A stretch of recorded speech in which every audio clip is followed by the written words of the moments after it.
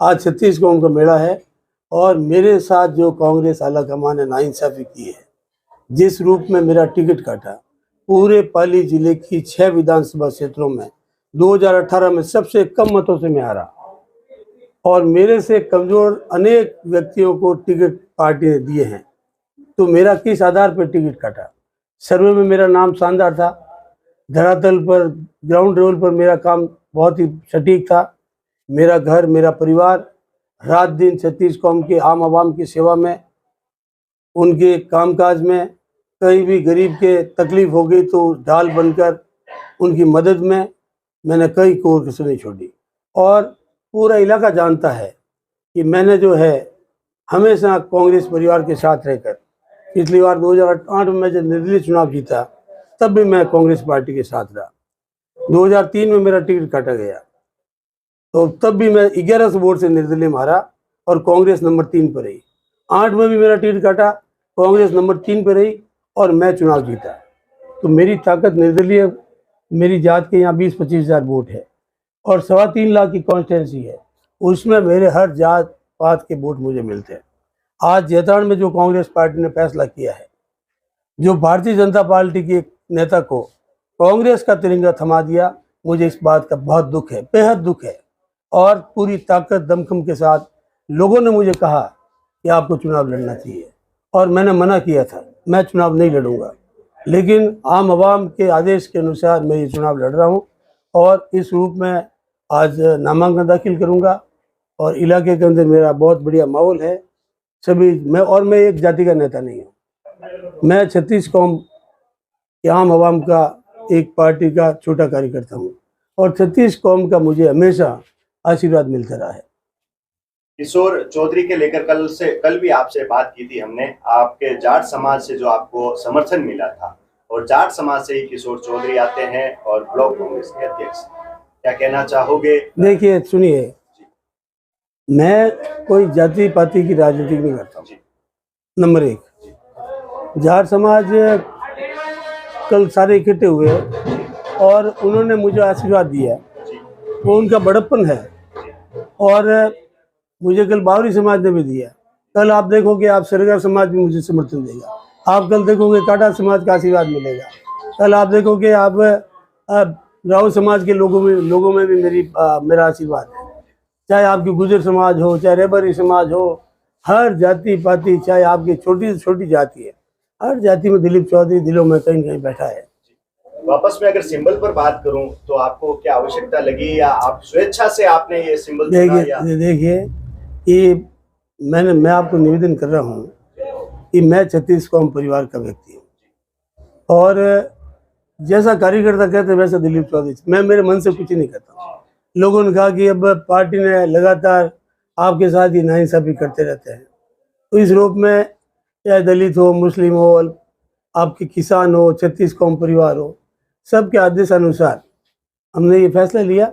और मैं तो नहीं, मेरे देखिए मेरे घर में ये मेरा परिवार बैठा है, ये मेरी पत्नी है, मेरी 2 बेटी हैं और दोनों बेटियों की मैंने शादी कर दी, मेरे दामाद अधिकारी हैं और मुझे कोई लोभ लालच नहीं है, तो मुझे तो इस जनता की मरते दम तक सेवा करनी है। पूर्व में आपका इंटरव्यू किया था, तब जैतारण की मुख्य समस्या जो आपने कहा था डीपीआर बदल दी गई सीवरेज की, और वही महोदय थे, विधायक महोदय सामने आपके, इस बार टिकट उनको मिला, क्या जनता आपको आशीर्वाद देती है? देखिए मुझे तो इस बार डीपीआर बदलनी है, कांग्रेस के जो गलत हाथों में टिकट दिया पहले उसकी डीपीआर बदलूंगा और आप देखना 25 तारीख में क्या बदलाव आता है।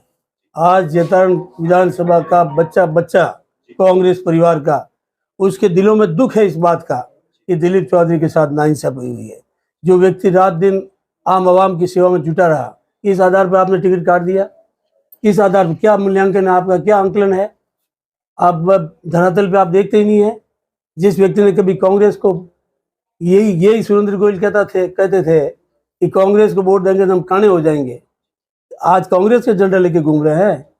लोग दोनों आंखें से नज़र जोड़ा रही है, इसलिए हम डीपीआर पहले इनकी ठीक करेंगे और इन कार्यकर्ताओं के हकों के लिए लड़ूंगा। मुझे कोई आवश्यकता नहीं है चुनाव लड़ने की, लेकिन मेरे साथ जो 25-30 साल से जो कार्यकर्ता जुड़ा हुआ है उनके लिए मैं खड़ा रहूँगा। ऑब्जर्वर की बात करूं तो जब शुरू में ऑब्जर्वर का दौरा रहा था यहाँ पर, वहाँ माननीय सुरेंद्र गोयल नजर नहीं आए थे और आप उनके साथ बराबर थे, फिर भी आपको लगता है कि भाई आपका टिकट काटा गया और आपके साथ नाइंसाफी हुई है? देखिए, ऑब्जर्वर की जो धरातल पर रिपोर्ट थी वो मेरे पक्ष में थी। उन्होंने दिल्ली में भी कहा और पार्टी आलाकमान को भी कहा कि जैतारण में अगर कांग्रेस को जिताना है तो आप दिलीप चौधरी को टिकट दीजिए। कांग्रेस के बड़े नेताओं ने भी कहा कि जब दो बार हारे हुए व्यक्तियों को और जिनका धरातल पर एक्टिवनेस नहीं, उनको आप टिकट दे रहे हो, तो ये तो एक्टिव बंदा है और 10 साल से बेचारा रात दिन काम कर रहा है, क्यों इसके गले पे छुरी चला रहे हो आप? तो मेरा तो कई बार गला कटा हुआ है। 2000 मैं 98 में 100 वोट से हारा, 98 में 100 वोट से मैं चुनाव हारा हूँ और 2003 में मेरा टिकट काट दिया और मैं 2003 में मैं 1100 वोट से हारता हूँ निर्दलीय में। मेरे पास अविजाज थी उस वक्त, लोगों ने कहा भाई साहब आपने अविजाज ले लिया, हम तो रेलगाड़ी नहीं देगी, तो नीचे पतंग थी, 8000 वोट लेके चली गई। मैं 2000 फिर भी कांग्रेस 3 नंबर पर रही और 2008 के अंदर फिर मेरा टिकट काट दिया। फिर मैंने 4 पाई ली, माचे का निशान गरीबों का, उस निशान पे मैं जीता हूँ चुनाव और फिर कांग्रेस साथ रहा। लेकिन इस बार मेरे दिल में बहुत दर्द है इस बात का और मेरे कार्यकर्ताओं में दर्द है कि आज इस बार जो कांग्रेस का टिकट दिया है वो गलत हाथों में गया है। एक भारतीय जनता पार्टी के व्यक्ति को आप टिकट दे दो, कैसे स्वीकार करेगी जनता? इस रूप में अब ये ढूंढ रहे हैं कांग्रेस के कार्यकर्ताओं, ये जानते ही नहीं है 25 साल तक हमारों को कांग्रेस को मारने का काम किया। इस बात के लिए कांग्रेस का कार्यकर्ता इनके साथ जुड़ेगा? विकास की बात माननीय पूर्व कैबिनेट मंत्री से हमने की तो उन्होंने कहा विकास को मैंने सब करवाया है, अपमान का घूंट मैंने किया है, उसका बदला लेना है। क्या कहना चाहोगे? अगर गोयल साहब विकास कराते 25 साल में, तो उन्होंने पिछला चुनाव 2018 में जब भारतीय जनता पार्टी उनका टिकट काटा और वो निर्दलीय चुनाव लड़े तो 17,000 में क्यों निपट गए? क्यों उनकी जमानत जब्त हो गई? 25 साल के एमएलए के बाद 25,000 कार्यकर्ता नहीं जुटा पाए। मैं एक बार एमएलए रहा हूँ, मेरे पास 50,000 कार्यकर्ताओं की फौज है, मेरे लिए मर मिटने के लिए तैयार है। क्यों? कि मैं कार्यकर्ताओं की जान हूँ। आपकी नजर में अपमान का घूंट मुख्य मुद्दा चुनाव में होना चाहिए, विकास में? दोनों।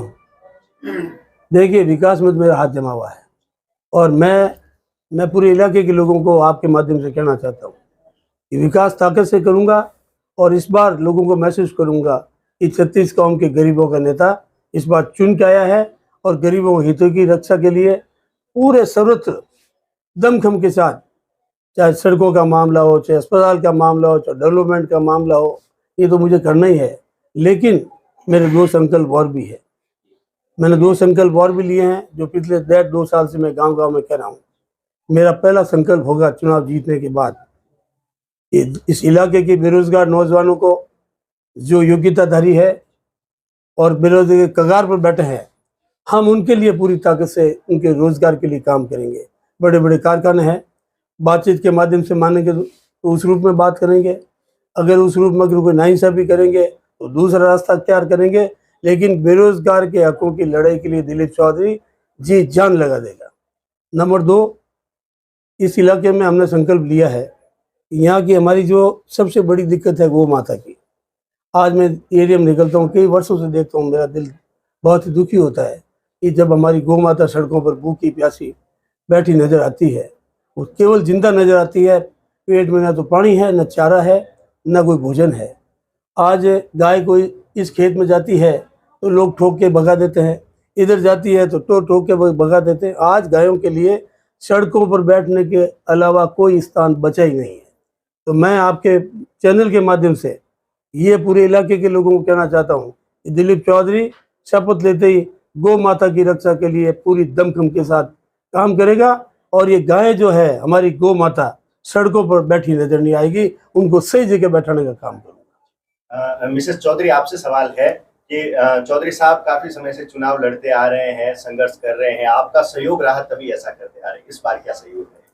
अभी मैं आप सब लोगों को नमस्कार करती हूँ, सारी जनता के लिए प्रणाम करती हूँ और मेरा सहयोग तो हमेशा रहा है। मैं तो गृहिणी हूँ, जो भी आए हैं उनका स्वागत करना मेरा सबसे पहला कर्तव्य रहा है और मैं ये चाहती हूँ मैं तो जब तक जिंदगी जी हूँ सब जनता की सेवा करती रहूँ। कार्यकर्ताओं को, चौधरी साहब के कार्यकर्ताओं को आपकी ये तो हमारे भगवान है छत्तीस कौम के कार्यकर्ता।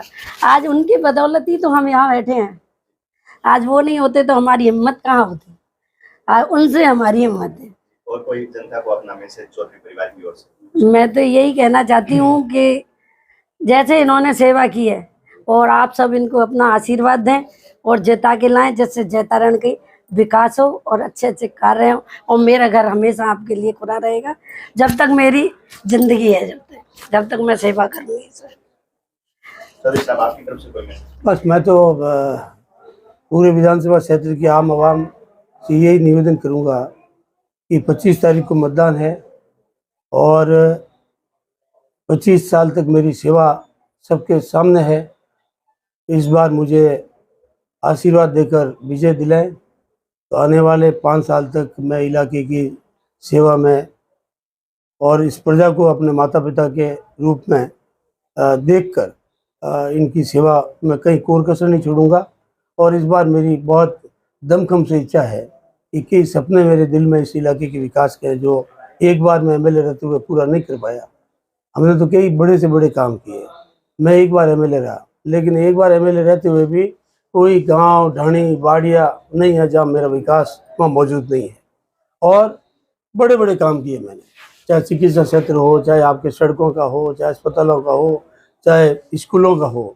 और आधे दिन भी मैंने कोई कार्यकर्ता भी दिक्कत दर्द हो गया या तकलीफ आ गई, रात को 2 बजे भी मुझे फ़ोन किया।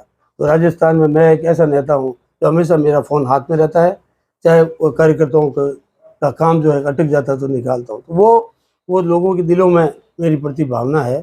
तो सब लोगों का प्यार आशीर्वाद मोहब्बत मिलेगी मुझे, तो इस बार जो है जम के काम करेंगे, लोगों का कहीं और पानी आने देंगे, पूरी उनकी सेवा चाकरी करेंगे, काम करेंगे और लोगों को जोड़ने का काम करेंगे। एक अगर आपकी इच्छा हो और आप बताना चाहें तो अगर सरकार बनाने में आवश्यकता पड़ी, अगर आपको जनता आशीर्वाद देती है तो अगर आप उचित समझे इसका जवाब दें ना। देखो, चुनाव में जीतता हूँ तो मेरे हाथ में कुछ भी नहीं है। 36 गांव की जनता को इकट्ठा करेंगे और जनता का जो आशीर्वाद होगा, जनता का जो आदेश होगा, दिलीप चौधरी उनके चरणों में खड़ा रहेगा। Thank you.